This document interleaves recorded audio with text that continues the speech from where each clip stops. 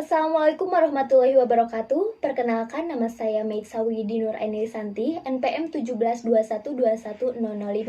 Saya akan mempresentasikan proposal penelitian yang berjudul Peningkatan Kemampuan Mengidentifikasi dan Menyimpulkan Isi Teks Eksposisi dengan Metode Pembelajaran Brainstorming atau Curah Pendapat. Penelitian tindakan kelas pada peserta didik SMP Negeri 4 Banjarsari tahun ajaran 2020-2021. Latar belakang proposal penelitian ini yaitu bahasa Indonesia merupakan bahasa yang disepakati sebagai bahasa nasional dan bahasa resmi negara yang digunakan rakyat Indonesia. Pada Undang-Undang Dasar 1945 menyatakan bahwa bahasa negara adalah bahasa Indonesia. Artinya, segala sesuatu yang bertalian dengan ketatanegaraan harus menggunakan bahasa Indonesia, termasuk kegiatan di lembaga pendidikan. Oleh karena itu, penting bagi peserta didik untuk menguasai 4 keterampilan berbahasa, yaitu menyimak, membaca, berbicara, dan menulis, yang merupakan keterampilan utama dalam menguasai bahasa Indonesia. 4 aspek keterampilan berbahasa tersebut tersirat pada kurikulum 2013 revisi. Artinya, 4 keterampilan berbahasa berdasarkan kurikulum 2013 revisi diimplementasikan dalam pembelajaran berbasis teks. Teks yang terdapat pada mata pelajaran Bahasa Indonesia jenjang sekolah menengah pertama atau SMP kelas 8 salah satunya yaitu mengidentifikasi informasi dan menyimpulkan isi teks eksposisi. Hal ini menunjukkan bahwa peserta didik kelas 8 harus menguasai 2 kompetensi dasar tersebut. Namun, pada kenyataannya banyak peserta didik yang kurang mencapai KKM yang disebabkan karena kurang aktif dalam proses pembelajaran sehingga berdampak pada materi pembelajaran yang berlangsung. Selain itu, penggunaan metode pembelajaran yang monoton sehingga kurang adanya semangat belajar peserta didik. Permasalahan tersebut mendorong penulis untuk melakukan perbaikan pada mengidentifikasi dan menyimpulkan isi teks eksposisi dengan menggunakan metode brainstorming atau curah pendapat. Metode brainstorming atau curah pendapat adalah metode yang mendorong peserta didik untuk mengemukakan pendapat, berpikir kritis, dan saling membantu dalam proses pembelajaran. Penelitian yang dilakukan menggunakan penelitian tindakan kelas. Rencana penelitian ini disusun dalam bentuk proposal penelitian yang berjudul Peningkatan Kemampuan Mengidentifikasi dan Menyimpulkan Isi Teks Eksposisi dengan menggunakan metode pembelajaran brainstorming atau curah pendapat. Penelitian tindakan kelas pada peserta didik kelas 8 SMP Negeri 4 Banjarsari tahun ajaran 2020-2021. Rumusan masalah yang pertama, dapatkah metode pembelajaran brainstorming atau curah pendapat meningkatkan kemampuan peserta didik kelas 8 SMP Negeri 4 Banjarsari tahun ajaran 2020-2021 dalam mengidentifikasi informasi teks eksposisi?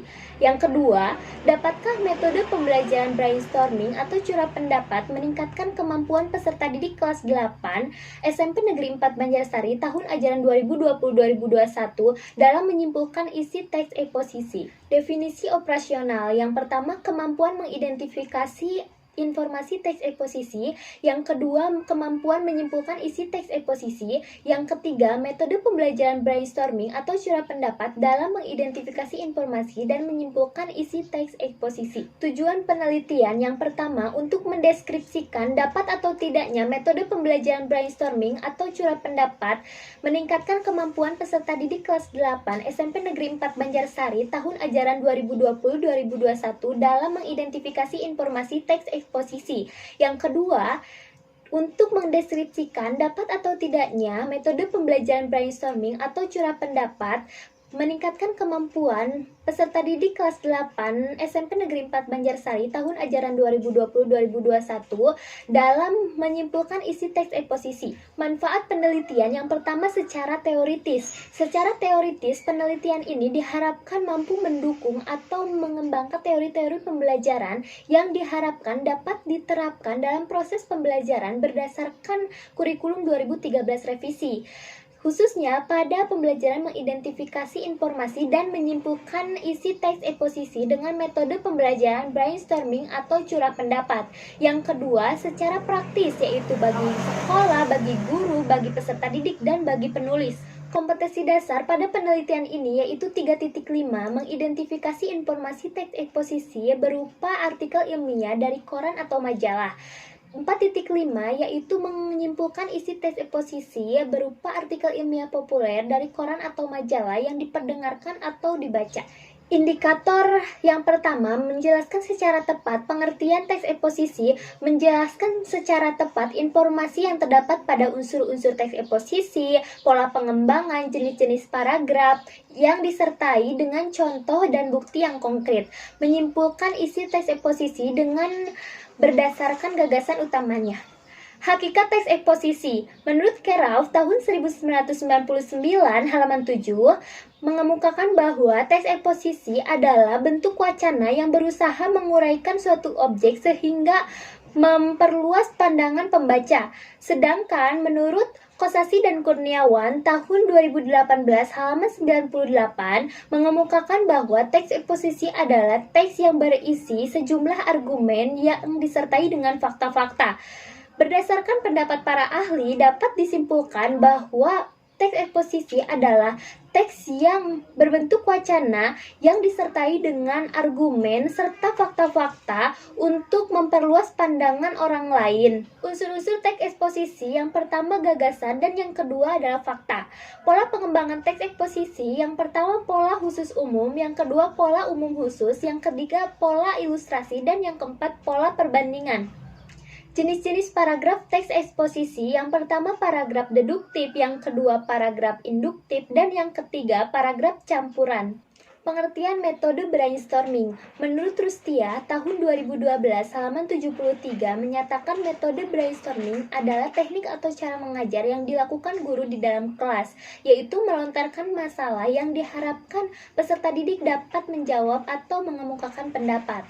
Sedangkan menurut Mukrima tahun 2014 halaman 101 menyatakan bahwa proses metode brainstorming yaitu seseorang akan dituntut untuk menyatakan gagasan sebanyak-banyaknya sesuai dengan kapasitas, wawasan atau psikologinya. Berdasarkan pendapat para ahli, penulis dapat menyimpulkan bahwa metode pembelajaran brainstorming adalah metode yang mendorong peserta didik untuk mengemukakan gagasan yang diharapkan gagasan tersebut dapat menjadi gagasan yang kreatif.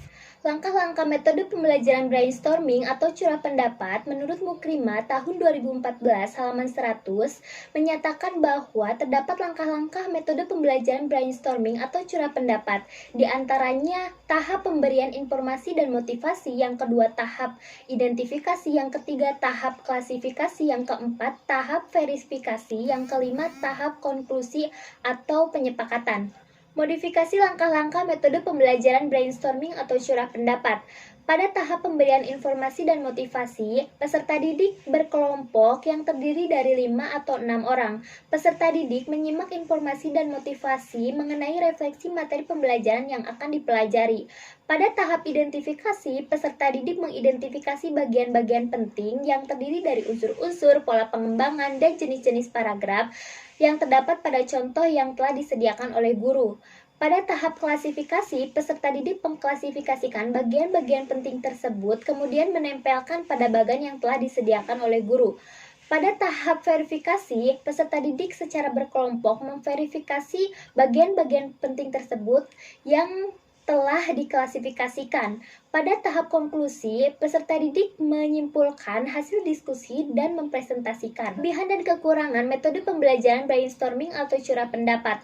Kelebihan metode brainstorming yaitu anak berpikir dan menyatakan pendapat, berpikir cepat, meningkatkan partisipasi peserta didik yang kurang aktif dapat bantuan dari temannya, persaingan sehat, anak merasa bebas dan gembira.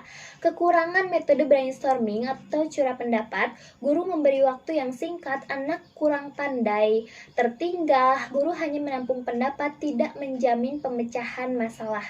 Metode penelitian. Menurut Heriadi tahun 2014 halaman 42 menyatakan metode penelitian adalah cara pelaksanaan penelitian yang telah direncanakan berdasarkan pendekatan yang dianut. Implementasi metode penelitian ini dapat terwujud berupa prosedur atau langkah-langkah yang telah ditempuh oleh peneliti untuk mencapai tujuan penelitian.